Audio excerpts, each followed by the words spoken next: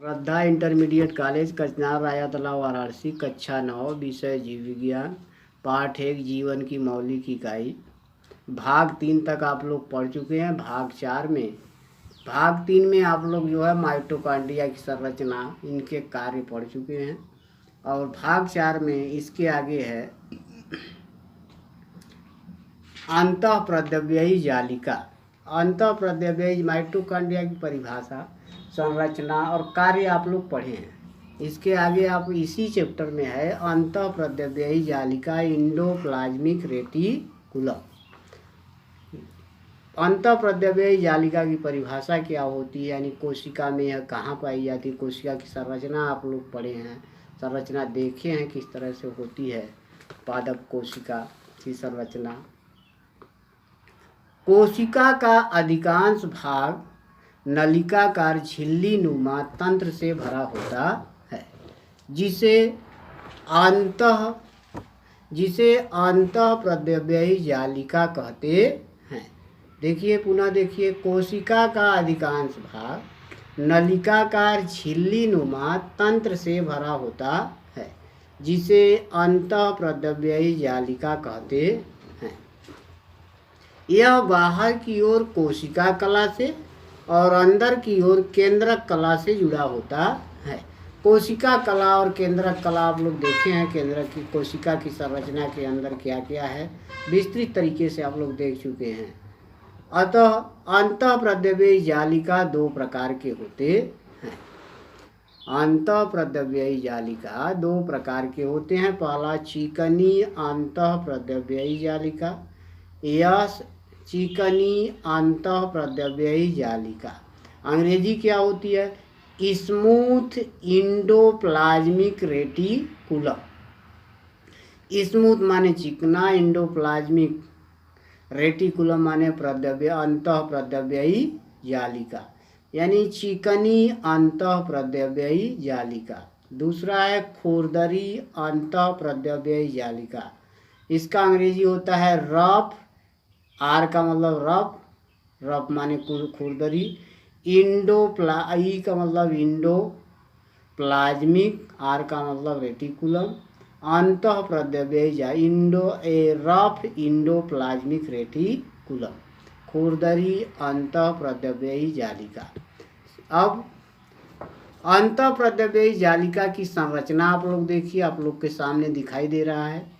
यह जो है इंडोप्लाज्मिक रेटिकुलम, यह जो है इस तरह से छड़ के समान संरचना आपको दिखाई दे रहा है। यह केंद्रक से जुड़ी हुई संरचना होती है जो एक दूसरे के समानांतर फैली होती है। देखिए, इसके समानांतर एक दूसरे के समानांतर फैली है। तो अंतःप्रद्रव्ययी जालिका की संरचना है।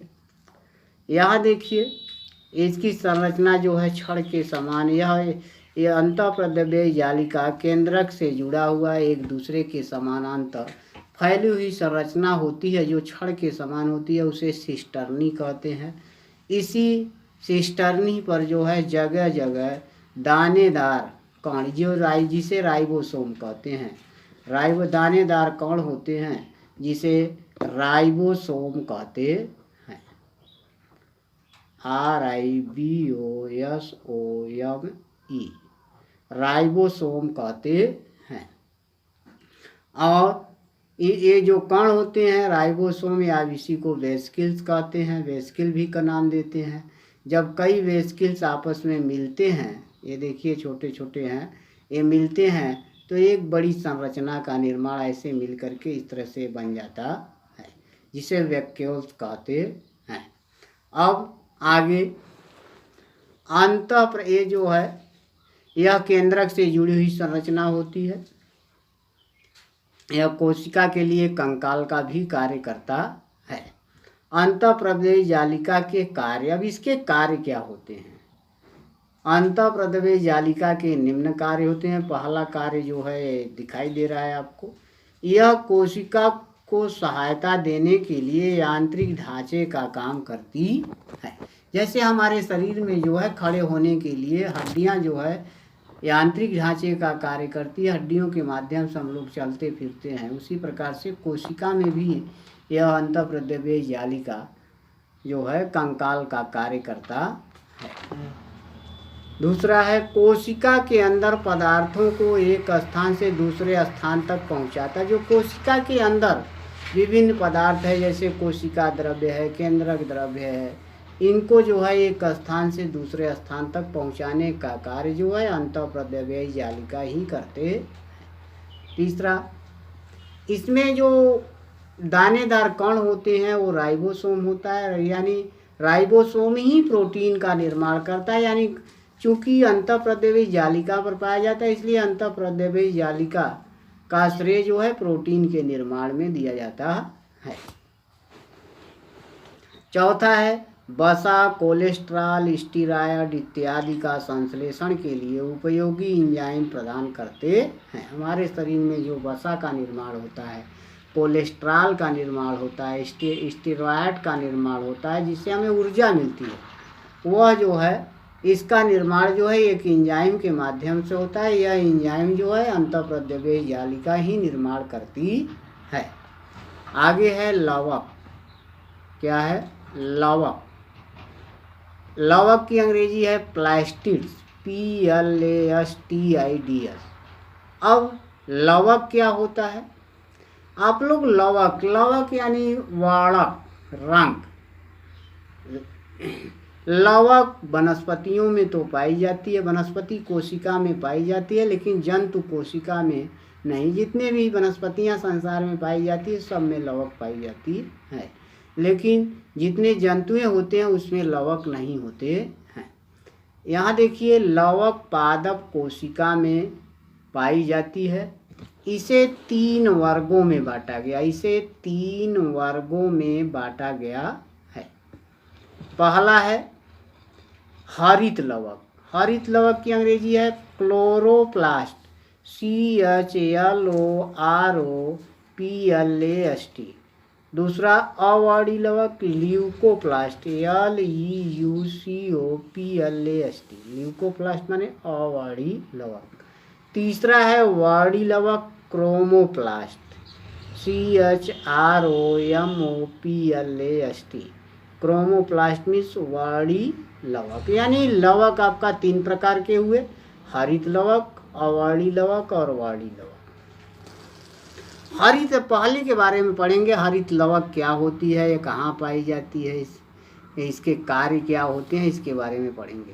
हरित लवक क्लोरोप्लास्ट क्या होता है? यह हरे रंग का होता है। इनमें क्लोरोफिल नामक वाड़क पाया जाता है। इस क्लोरोफिल का रंग हरा होता है। यह पौधों की पत्तियों तथा कोमल तनों में पाया जाता है। क्लोरोफिल के कारण ही पौधों की पत्तियां हरा दिखाई देती है, क्योंकि क्लोरोफिल का रंग हरा होता है। इसमें असंख्य क्लोरोफिल के कण पाए जाते, इसलिए हरा दिखाई देती है। कहने का तात्पर्य यह है, क्लोरोफिल के कारण पौधों की पत्तियां हरा होती है। अब हरित लवक की संरचना। हरित लवक की संरचना आप लोगों के सामने दिखाई दे रहा है। हरित लवक की संरचना है, हरित लवक की संरचना। अब यहाँ देखिए, ये जो है जो पत्तियों में पाई जाती है वह असंख्य होती है। एक हरित लवक की संरचना का आपका जो है संयुक्त सूक्ष्मदर्शी में दिखाया गया है, चित्र दिखाया गया है। ये जो है देखिए, बाहर की तरफ एक ये जो हरित लवक की संरचना में जो पत्तियों में पाई जाती है, संरचना किस प्रकार से होती है देखिए। हरित लवक के बाहर की तरफ जो परत पाई जाती है, लेयर, इसे बाह्य परत कहते हैं, अंग्रेजी है आउटर लेयर। अंदर की ओर जो परत पाई जाती है उसे अंतः परत, इनर लेयर। और अंतः परत के बीच में देखिए दानेदार कण पाए जाते हैं, जो प्रोटीन, लिपिड, फास्फोलिपिड आदि से निर्मित होता है, जिसे स्ट्रोमा कहते हैं। इसी स्ट्रोमा में असंख्य सिक्के के समान संरचना। सिक्का आप लोग देखे हैं, एक का सिक्का दिखाई देखे होंगे, गोल इस तरह से आपको ऐसे दिखाई देता है। सिक्के के समान संरचना होती है, जिसे थैलेक्वाइड कहते हैं। एक इसे ही थैलेक्वाइड कहते हैं, जिसमें थैलेक्वाइड कई जुड़े हैं। देखिए 1 2 3 4 5 थैलेक्वाइड कहते हैं। एक थैलेक्वाड कहते हैं। जब कई थैलेक्वाड आपस में जुड़ जाते हैं तो उसे पूरी संरचना को ग्रेनम नाम देते हैं। ये पूरी संरचना ग्रेनम है। एक ग्रेनम में थैलेक्वाड की संख्या 1 से 10 तक होती है। 1 से 10 तक होती है, बीच में भी हो सकती है, लेकिन कम से कम एक, अधिक से अधिक 10 होती है। एक क्लोरोहरित लवक में ग्रेनम की संख्या 10 से 100 होती है। कम से कम 10, अधिक से अधिक 100 होती है। उसके बीच में 20, 40, 50 ये सब हो सकता है। ये आपका हरित लवक की संरचना है। हरित लवक की संरचना है। हरित लवक का जो कार्य होता है, यह जो है पौधों के लिए बहुत महत्वपूर्ण होता है। यह पौधों के लिए जो है प्रकाश संश्लेषण का कार्य करता है। प्रकाश संश्लेषण से पौधे बनाते हैं। प्रकाश संश्लेषण क्रिया में जो है कार्बन डाइऑक्साइड और जल का उपयोग करके पौधे जो है कार्बोहाइड्रेट और ऑक्सीजन गैस का निर्माण करते हैं। यह कार्बोहाइड्रेट लकड़ी के रूप में, फल के रूप में निर्मित हो जाता है, जिसका उपयोग जो है मानव करते हैं। और दूसरा है अवर्णी लवक। अवर्णी लवक की अंग्रेजी होती है ल्यूकोप्लास्ट, LEUCOPLAST, ल्यूकोप्लास्ट मीन्स अवर्णी लवक। यह लवक पौधों की जड़ों में पाई जाती है। इसकी उपस्थिति के कारण पौधों की जड़ों का रंग मटमैला होता है या यह रंगहीन होता है। इसमें स्टार्च, तेल और प्रोटीन पाया जाता है। इसमें अवर्णी लवक में स्टार्च पाया जाता है, तेल पाया जाता है, प्रोटीन पाई जाती है। तो अब देखेंगे अवर्णी लवक के कारण ही पौधों की, जितने भी पौधे हैं, जो ज़मीन के अंदर पौधों की जड़ें होती है, वह रंगहीन होती है। हम नाम देते हैं मटमैला, क्योंकि मिट्टी में रहता है इसलिए उसका कलर मटमैला या रंगहीन हो जाता है। तीसरा है वर्णी लवक, क्रोमोप्लास्ट। वर्णी लवक CHROMOPLAST, क्रोमोप्लास्ट मीन्स वर्णी लवक। यह लवक रंगीन होता है। यह पौधों की फूलों में पाया जाता है। वर्णी लवक की उपस्थिति के कारण फूलों का रंग रंगीन होता है। क्या कहने का तात्पर्य है, जो वर्णी लवक है यह पौधों के फूलों में पाया जाता है। फूलों का रंग जो है रंगीन, लाल, पीला, हरा, नीला, ये जो होता है वह वर्णी लवक के कारण ही होता है। लवक एक दूसरे में परिवर्तनशील भी होते हैं, माने हरित लवक, अवर्णी लवक, वर्णी लवक, ये बदलते रहते हैं।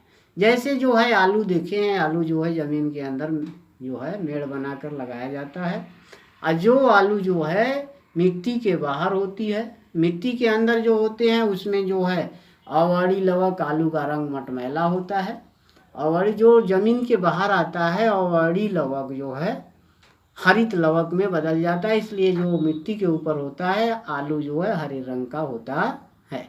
टमाटर आप लोग देखे हैं, टमाटर का रंग जो है हरा रंग का होता है। हरा रंग क्यों होता है, जब पका नहीं होता तो हरे रंग का होता है। हरे रंग का इसे होता है तो वह जो है हरित लवक के कारण, जब पक जाता है यही हरित लवक जो है वर्णी लवक में बदल जाता है। इसलिए जो है हरा से लाल हो जाता है। क्यों, कोई पूछे कि टमाटर का रंग लाल क्यों होता है, तो आप लोग कह सकते हैं कि जो है हरित लवक वर्णी लवक में बदल जाता है, इसलिए टमाटर का रंग लाल होता है। इसके आगे आपको अगले दिन पढ़ाया जाएगा।